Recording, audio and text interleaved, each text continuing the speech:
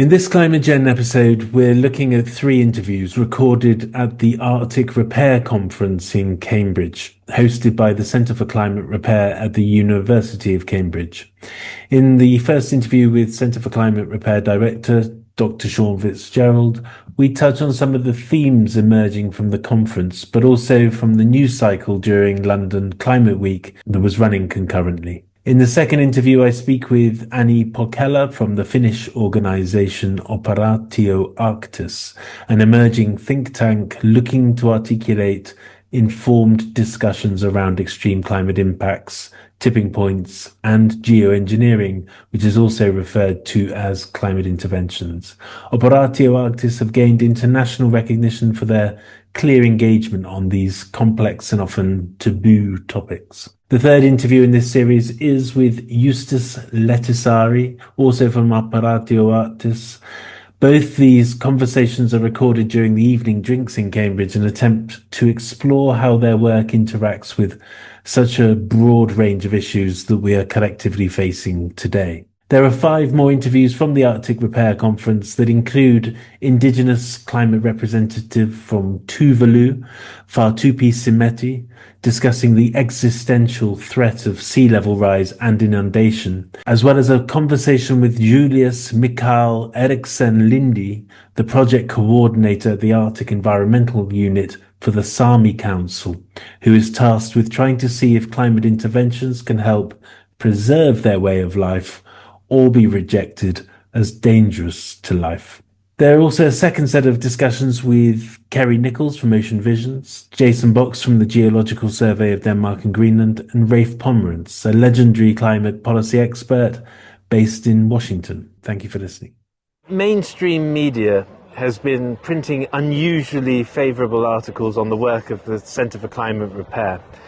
Do you feel that there's a momentum shift in the Centre for Climate Repair CCR's favour, despite a petition of around 170,000 people calling for a UK ban?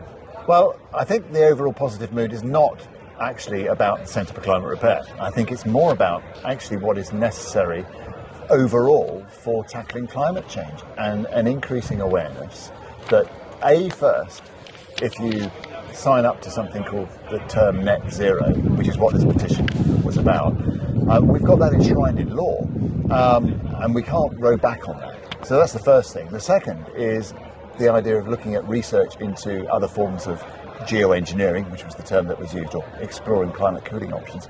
And we need to know more, because if you look at the trajectory that we're on, emissions reduction alone isn't going to keep us below 1.5 degrees centigrade. I just think there's a greater awareness now of what's going on, and therefore that we need to seriously consider more options.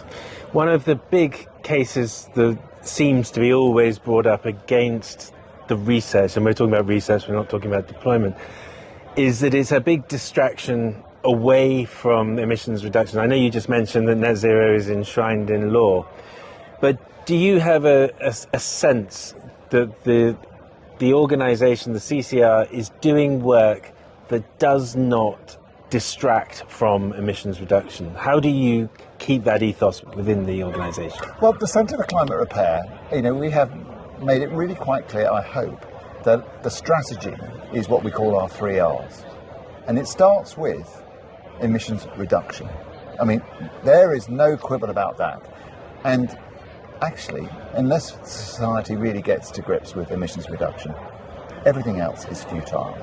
It's just that emissions reduction alone won't get us to a future which keeps the lid on temperatures, keeps the Greenland ice intact, keeps the Antarctica ice intact. So we need to look at these other options.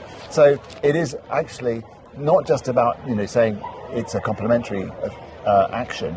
We've seen today, at the first day of the conference, and looking at the modelling for example, rethickening sea ice. It's pointless if you don't actually do emissions reduction at scale. It'll buy us a bit of time. So given that that's the case, this is where sort of emissions reduction is front and centre of everything that we need to do, but it's not the only thing. You mentioned just now thickening ice as one of the examples, and we did see a presentation today, and there was a voice of an Indigenous person who lives in the community where you're doing the research. I just wanted to ask about the relationship between those people who are living in the place where you're doing the research. How does that work? And is it integrated? Is it engaging? Well, I think the question is that where we are doing the work, actually that's where it's different. No, we are not doing the work in terms of the researchers. It's arm in arm with the local community doing field work. So they are part of the infrastructure, the team that's needed to actually undertake these experiments. Without the indigenous community involved, we can't do the work. There is no work.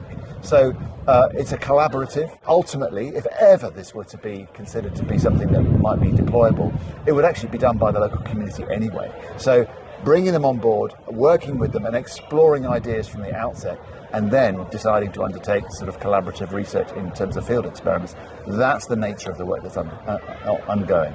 And how does it interact with the day-to-day life of these people? I mean, how do they see value in the project? Oh, I mean, we heard today that the loss of sea ice, in other words, it forming later in the autumn, so the winter being shortened there, and actually going quicker in the spring, so melting sooner, is affecting their livelihoods considerably. And thinking about their livelihoods, they do go hunting, so caribou and seals. Do they do that for fun? No. So we heard today, it's part of their livelihood. And going shopping for food, for protein, in the local store, the prices that they have to pay are huge because they're in the very northern extremities of Canada. And therefore, the hunting is not just part of their culture, it's a necessary part of their economy so that they can actually afford to live there. And if they're seeing reductions in the sea ice, they're seeing massive changes in the caribou migration patterns, it's really affecting them economically. So they've got a great interest in seeing whether there are things that could be done in order to try and sort of preserve the sea ice and restore it to what it was but only a few years ago, whilst we fix the underlying problem of emissions reduction and greenhouse gas levels. So for them, this is really, really important. Small trials are amazing as a sort of, evidence that there is progress, but the key issue on things like this remains the ability to scale. Is there any indication that these can scale to make a difference? So the initial indications are that, the number of pumps you might need to go and do this, they are big numbers. But the climate is a big problem. There are no small numbers. There are no small silver bullets that take us to where we want to get to. So that's the first thing. The second thing is, although they're big numbers, from an engineering point of view and scalability point of view, actually they're probably doable. We've done bigger things in the past. We've taken man to the moon. Those were serious engineering challenges that were completed within that 10-year program. So, the initial indications are that from a technology point of view, yes, it probably is scalable. What we're starting with, though, is a scientific issue, which is, actually, does it make sense? Does it work? And we've got some fundamental scientific questions to explore first. In the past, when I've spoken to you, you've often said that some of this research is going to tell you what levers not to pull. What are the things that we just shouldn't be doing, and we can help inform people if they're thinking about doing those bad things. But what happens if one of these things gives you all the indications that it could actually be the solution, that some people in dire straits, we could take India with the wet bulb tipping point. What if it's suddenly like, hang on a minute, this could actually work? Where does that leave you in terms of going from research to deployment? So that is a very big question and a very big issue for society to grapple with. So if India's experiencing extremely severe heat waves, there are lots of people dying as a result of this, then the world needs to get together and say, well, what are we going to do about this? How are we going to govern potential deployment of some of these sorts of ideas? I don't have any answers to that, but I think these are the sorts of questions that we need to be grappling with at a large international, multinational body in some form together. Earlier, in other words, sooner rather than later, because if any of these are shown to be feasible, scalable, effective, that's actually almost the biggest problem that we've got to grapple with as a society. Okay, very short question to end on. A roadmap from here for CCRC. Where are we going? We're here at the Arctic Repair Conference.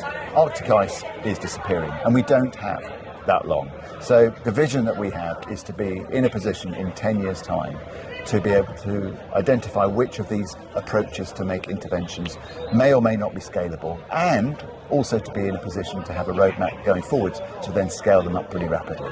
It might not be all of them, it might be just one or two, but we have to do this, and it's a 10-year research programme that we have a vision for in order to help society make informed decisions and be in a position to do scale up if it so wishes.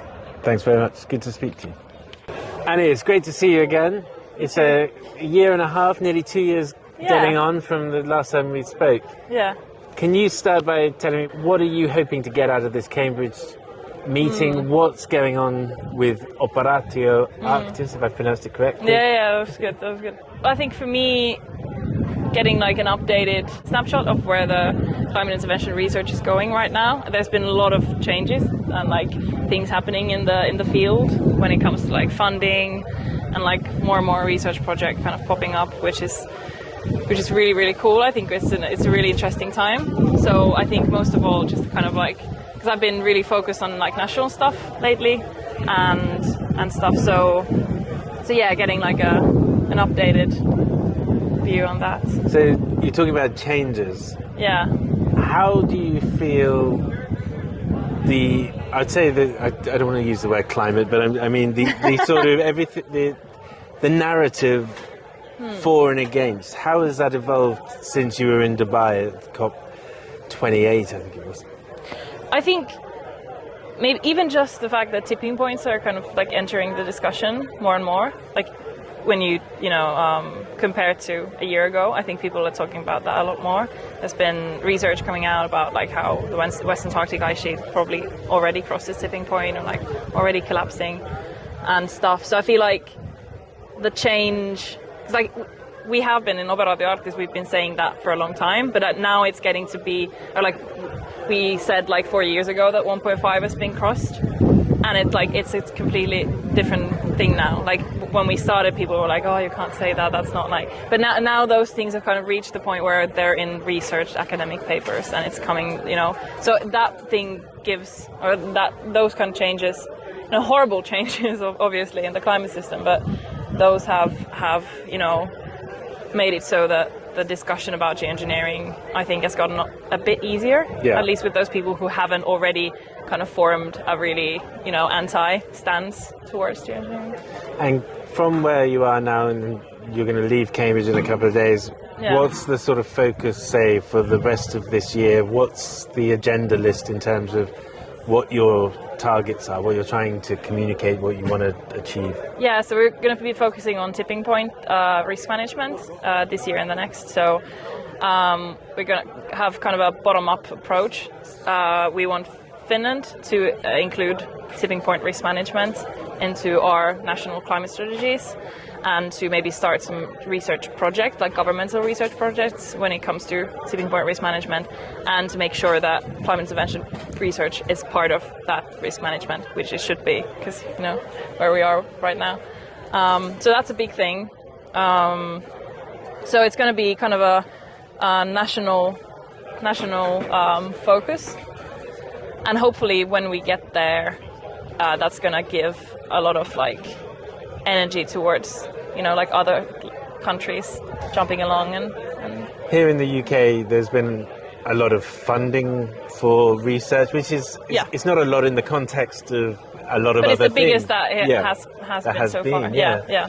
And that's kind of sparked this debate in Parliament, which was, in my personal view, was inarticulate.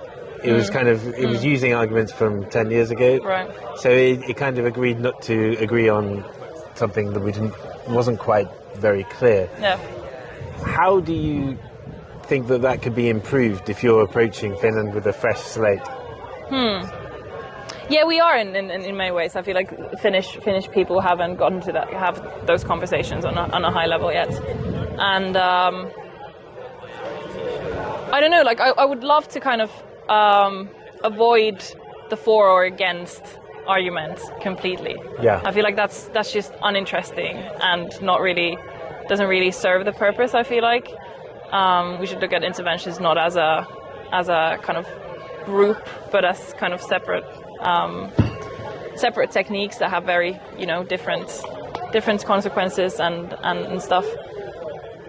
And what is promising so far is that there was this politician in one event that we did on tipping points and interventions, and he said that climate interventions haven't yet gotten color politically in Finland.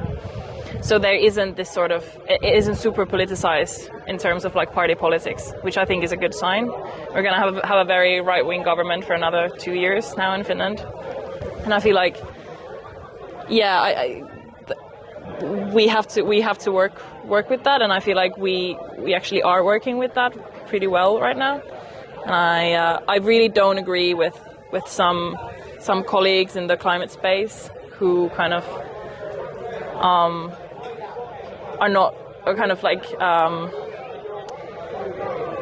who just like from the get-go don't want to talk to these people or work with them. So they sort of maintain a polarized position in a way. Yeah, and that I don't think that will, help us in any way. I feel like we really need to move beyond that.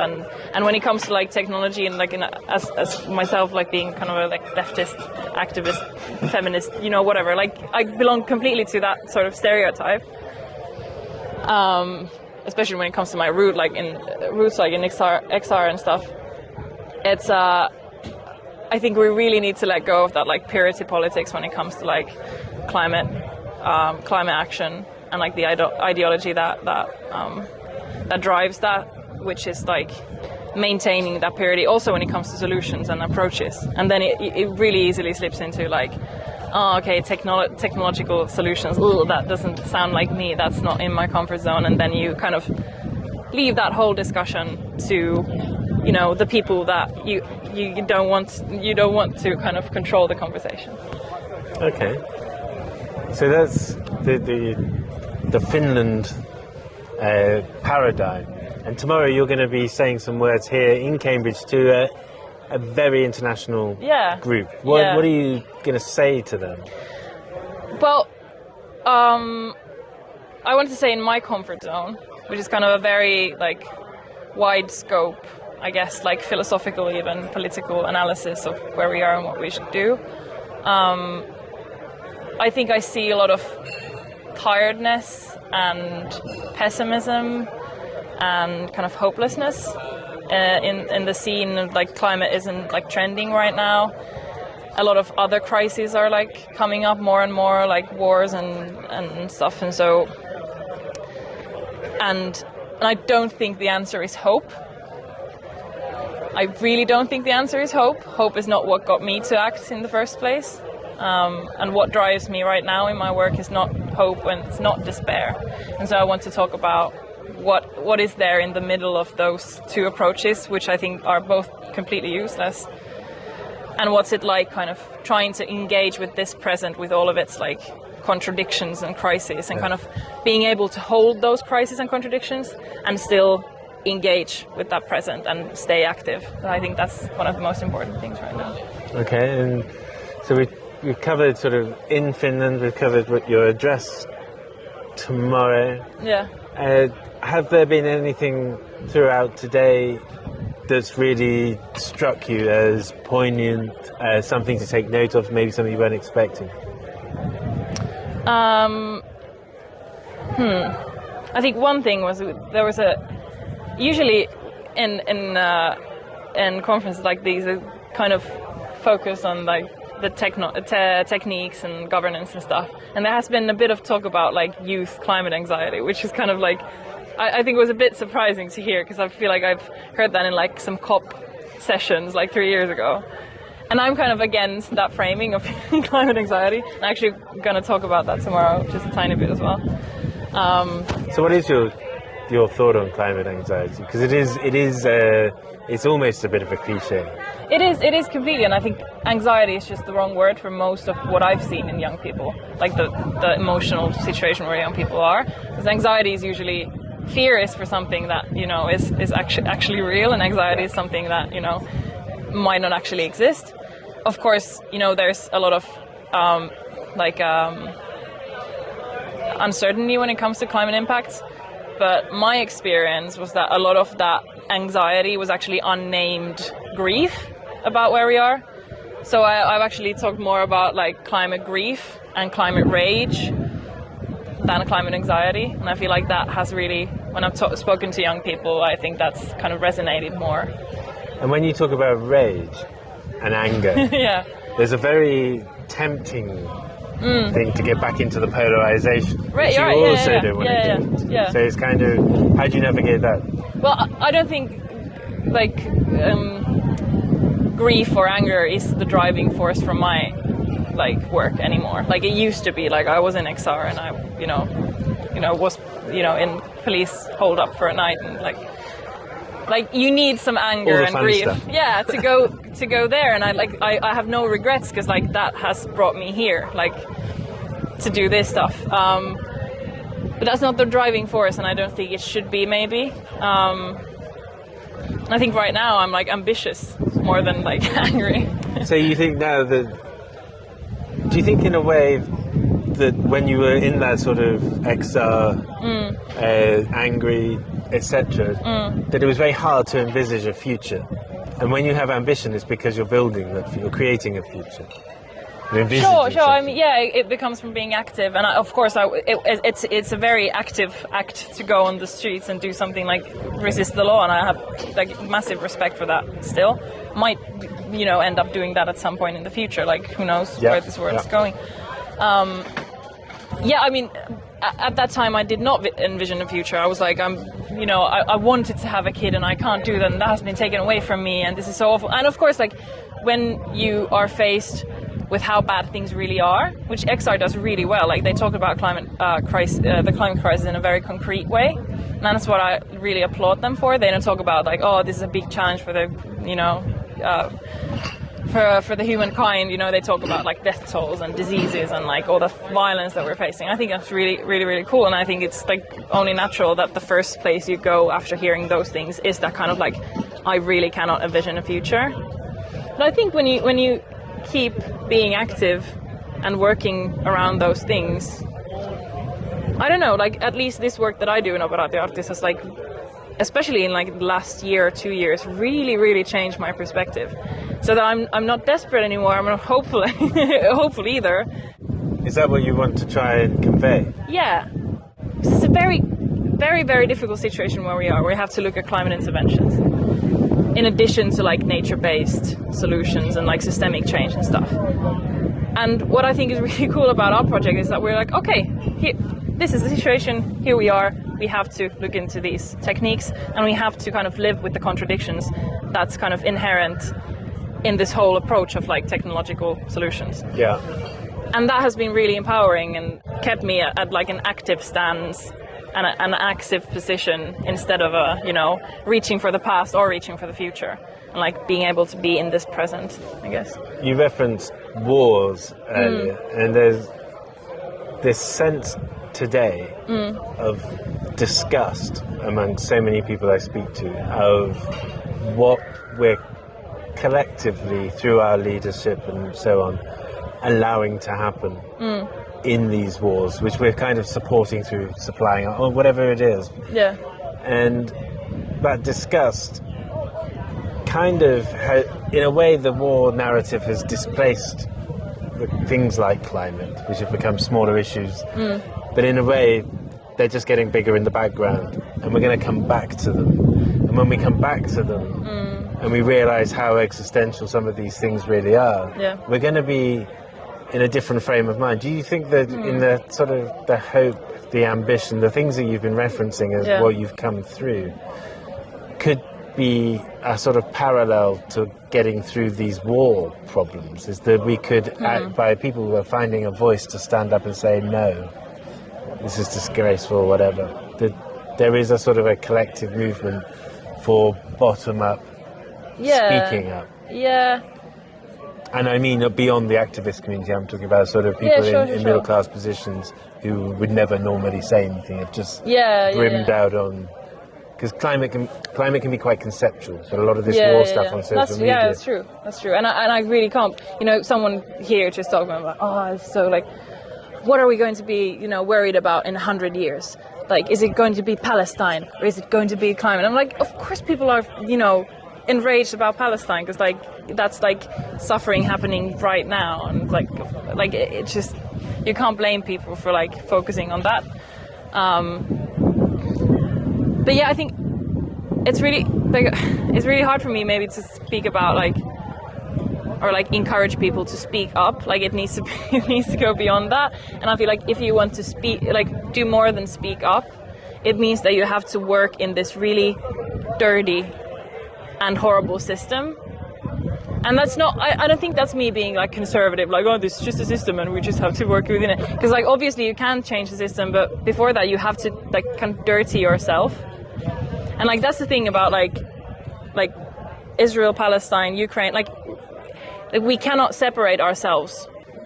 Even like I can get my buddies together and we can move to the countryside and have like a commune, but we cannot like in a hygienic way separate ourselves from the systems where like tax money is like, you know, covered in blood. Like this is how it is. And I think people should like find more concrete ways to be, you know, brave enough to act within that system in a way that can as well like challenge the status quo and like trying to create something new. And so I think that might kind of teach us something maybe about this, like in this like political and like situation that we are in right now. Okay. I would hope so, maybe. I met you at COP28, I think it was. Yeah. Any more of that kind of stuff on the horizon, or other conferences that you're interested in? What's the sort of structural policy sort of events that you see as being interesting for the work you do? I haven't given like COP or like conferences that much thought lately, actually. I think we really need a win right now. Like we've done this work for 4 years now and we're slowly getting like the recognition, like funding, awards, and that's like all good and great, and that's the backbone of how people are going to listen to us. But what I find it really promising right now to focus on getting a real like internationally recognized swift like a switch or like a shift happening in Finland, and taking that abroad. Cool. I feel like that might be a good thing. That's a good place to finish. So thank you very much. Thank you. Justus, good to see you. Good to see you as well. Is anything struck you today as poignant, interesting, surprising, or pleased to see? Well, today I was quite pleased to see that the discussion was happening in kind of two levels. You had first the level of really like technical details, so, for example, on different climate interventions, but at the same time you had this more abstract political discussion as well. For example, on language, how you should speak about climate interventions and public engagement, and like the political side of the things, which is more close to my heart than the technical details of the things as well. Okay, and you're part of Operaatio Arktis, but you're outside of Finland. So give me a sort of international view of where you see your sort of focus, what you're looking for, what's interesting you. Well, what interests me personally is that, I mean, Operaatio Arktis has quite a national focus at the moment, but I'm not in Finland. I am not really connected to what happens in the Finnish politics. So how I am looking at things is how can we support what happens in Finland by the things what are happening internationally, and then also other way around. How can we utilize what we are doing in Finland on the international level? And I live in Central Europe, which means that I have quite a good access to, for example, Brussels, to London, and I think there has been quite many things going on as well. For example, the EU Commission got the recommendations from SAM, which is like Scientific Advisory Mechanism, and also the ARIA programs that got launched this spring as well. So I think there has been quite a lot of things going on, especially in the EU, but also in UK, and I think this gives a really nice perspective on what things are unfolding outside of Finland, and how can we kind of use that to inform also Finnish policymakers as well. Okay, I saw you in Baku at the COP, and I know that you've been to other conferences since then. It's 7 months on. What's either narratives or things that are evolving that are sort of interesting to you wherever you're going and you're seeing this discussion evolve? In Baku, we had our event focusing on like extreme climate risks and tipping points, for example, and I have seen that this narrative has moved forward. And like lots of these discussions I have attended to, for example, in the Arctic Frontiers Assembly. It's not the Arctic Frontiers Assembly, but it's Arctic Frontiers in Tromsø in Norway in January. We had a panel called Debating Geoengineering. And this discussion was quite heavily revolving around extreme climate risks. And I think these like tipping points perspective is coming more entangled to the discussion of climate interventions. And I think the ARIA program is a perfect example because the scoping these climate tipping points and also climate cooling programs, they are considered as sisters or brothers as programs. And I think these two perspectives are coming more entangled to each other. And I think this was something that we were already speaking about. And I'm not saying that we were by any means the first ones, but we were already doing this. And now I have seen this unfolding even more internationally, in EU, for example. Tipping points are another way of looking at our greatest fears. And unfortunately, the science seems to be indicating that they're coming true. When you're talking about tipping points and you're talking about responses with interventions, how do you start to break that down into a conversation or sort of articulate it to someone? Yeah, that's a great question. And at the moment, I wouldn't use any intervention because I think there's also lots of uncertainty on these tipping points. But coming to that uncertainty, I think something that people should understand that if you have a high uncertainty, it doesn't mean high unlikelihood. And those are not the same thing. And I think more broadly, if you speak about, for example, AMOC or the Greenlandic ice sheet, for example, those two tipping points are connected, right? They are feeding each other or more that the Greenlandic ice sheet is feeding the collapse of AMOC. So I think in those cases, for example, okay, you could look into like global climate interventions, for example, but you can look also something that is more local, for example, targeted to Greenlandic ice sheet, or, for example, the West Antarctic ice sheet. How do you see the work you've been doing, because you've been doing it for a long time, really, and when you get into this awful situation that we're in with geopolitics, refreezing the Arctic may sound like a really good idea if it can be done, but it actually goes against quite a lot of the ambitions that big, powerful nations have for the Arctic, even though it ironically doesn't help them to do it. You know, it's a really bizarre, twisted dilemma. How do you navigate that when you're thinking about these things? Do you just think we're going to get past that? What's your thoughts? I'm really glad actually that you asked this because I'm going to give a talk on Saturday exactly on this. So I'm really glad that you asked this. But I think one thing that has to fundamentally change, and this doesn't necessarily have anything to do with climate intervention, it has to do with climate in general, is that we have to see that the melting of the Arctic, the price of that is way higher than the short-term economic opportunities of it. I mean, of course, like some people see like these short-term economic gains from the melting of the Arctic. But if you look the big picture, that's not the case. It's going to be way more expensive. And I think, okay, you might have some companies that might actually like benefit short-term from this melting. But if you look at the state level, I don't think that's necessarily the case anymore. So I think what you really need to get is to get the states to realize that the price of the melting Arctic is way higher than the short-term economic opportunities of the melting Arctic. So I think this is something that my focus is trying to do this work of trying to get this through the political machines and saying that, well, no, of course there is opportunities in the melting of the Arctic, but those opportunities are quite slim compared to the prices of the melting Arctic. But when you talk about getting through to the political leaders and the people who made these decisions, we're losing. Let's be very, direct. Yeah, we have lost for 20 years. Longer. We've always been losing.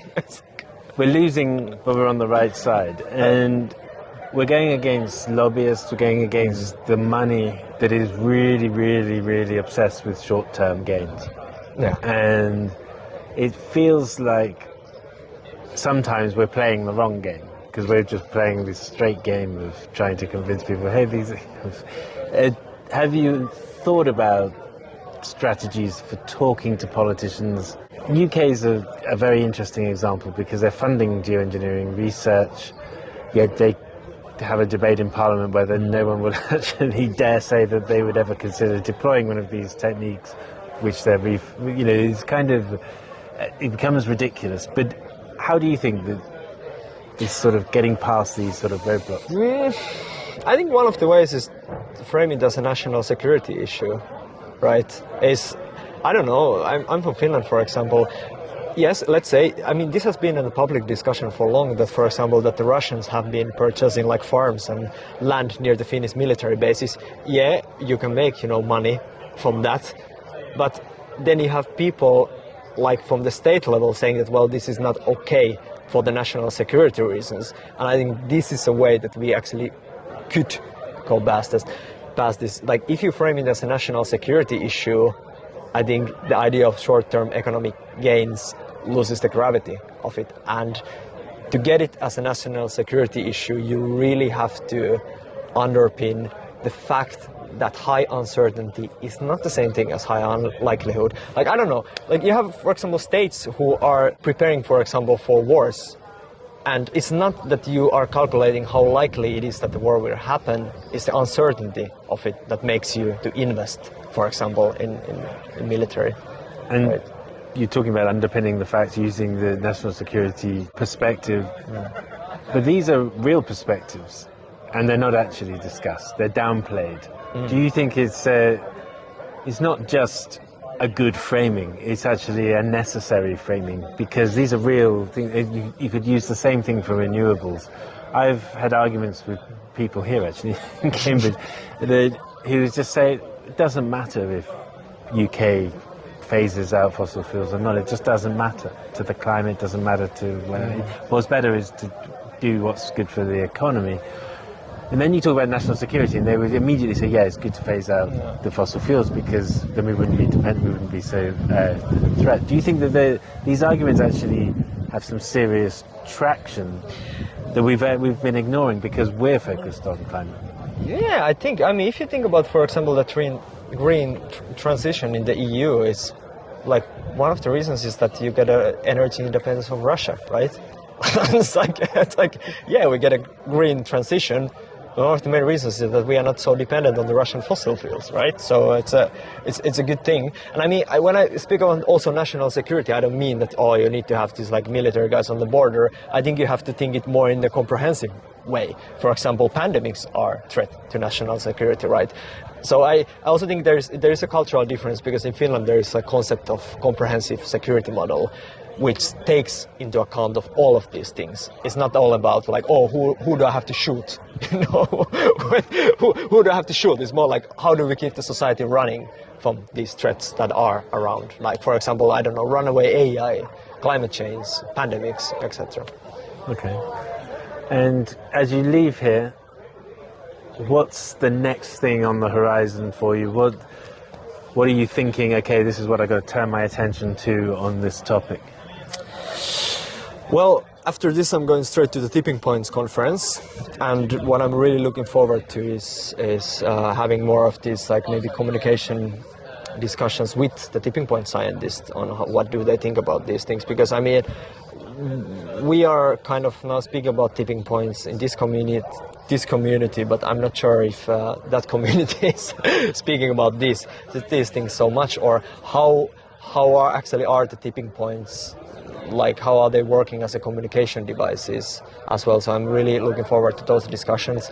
But I would say after this, what I'm looking most forward to is how can we build more sort of like international coalitions and just trying to get people think about these things in a more broader level, and also tie like different issues together, because I mean I think one of the reasons why people are not speaking about climate so much anymore is because there's so many other issues at the moment, right? There's like geopolitical tensions, everything.